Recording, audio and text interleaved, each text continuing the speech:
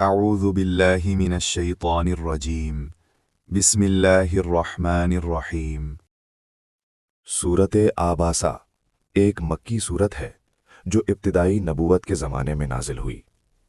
اس کا نام پہلی آیت کے لفظ اباسا سے لیا گیا، جس کا مطلب ہے ابرسا یا سخت منہ بنا لیا۔ یہ نام اس واقعے کی طرف اشارہ کرتا ہے جب پیغمبر صلی اللہ علیہ وسلم نے اپنی توجہ ایک اہم اور معزز قبیلے کے شخص کی طرف مرکوز کی، اور اس دوران عبداللہ بن ام مکتوم رضی اللہ عنہ جو نابینا تھے رہنمائی کے لیے آئے۔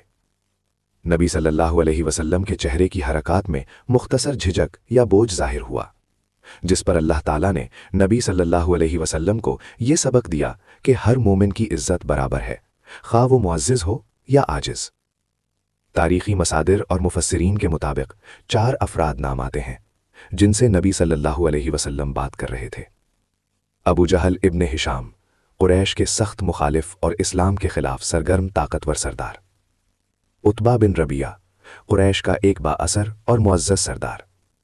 شعیبہ بن ربیعہ، عتبہ کے بھائی اور قریش میں اہم مرتبہ رکھنے والے۔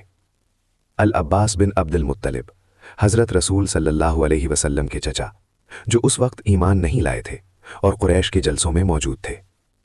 یہ لوگ قریش کے با اثر سردار تھے جن کے قبول اسلام سے دین کی تبلیغ میں آسانی پیدا ہو سکتی تھی، لیکن اللہ تعالیٰ نے اس موقع پر قرآنی آیات نازل فرمائیں اور نبی صلی اللہ علیہ وسلم کو یہ سبق دیا کہ دین میں ہر مومن کی عزت برابر ہے، چاہے وہ طاقتور، امیر یا معزز ہو، یا کمزور اور عاجز ہو۔ سورت کا مرکزی موضوع انسان کی ذمہ داری، اللہ کی قدرت اور قیامت کا دن ہے۔ اللہ تعالیٰ نے انسان کو پیدا کیا، اسے سننے اور دیکھنے کی صلاحیت دی اور اس کی رہنمائی کے لیے نبی بھیجے۔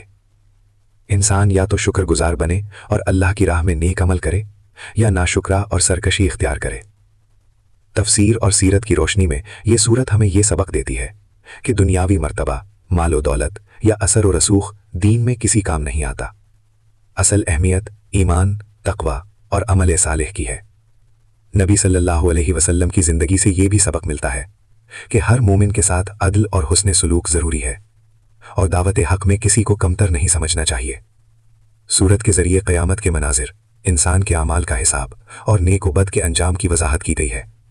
یہ انسان کو یاد دلاتی ہے کہ زندگی کی ہر نعمت اور امتحان اللہ کی طرف سے ہے، اور آخرت کی تیاری کے بغیر دنیاوی زندگی میں مصروف رہنا نقصان دہ ہے۔ اس صورت سے عملی سبق یہ ہے کہ ہر فرد کے ساتھ عزت و احترام کے ساتھ پیش آئیں، دین کی دعوت ہر انسان تک پہنچائیں، اور دنیاوی مرتبہ یا طاقت کو ایمان کی اصل قدر پر فوقیت نہ دیں۔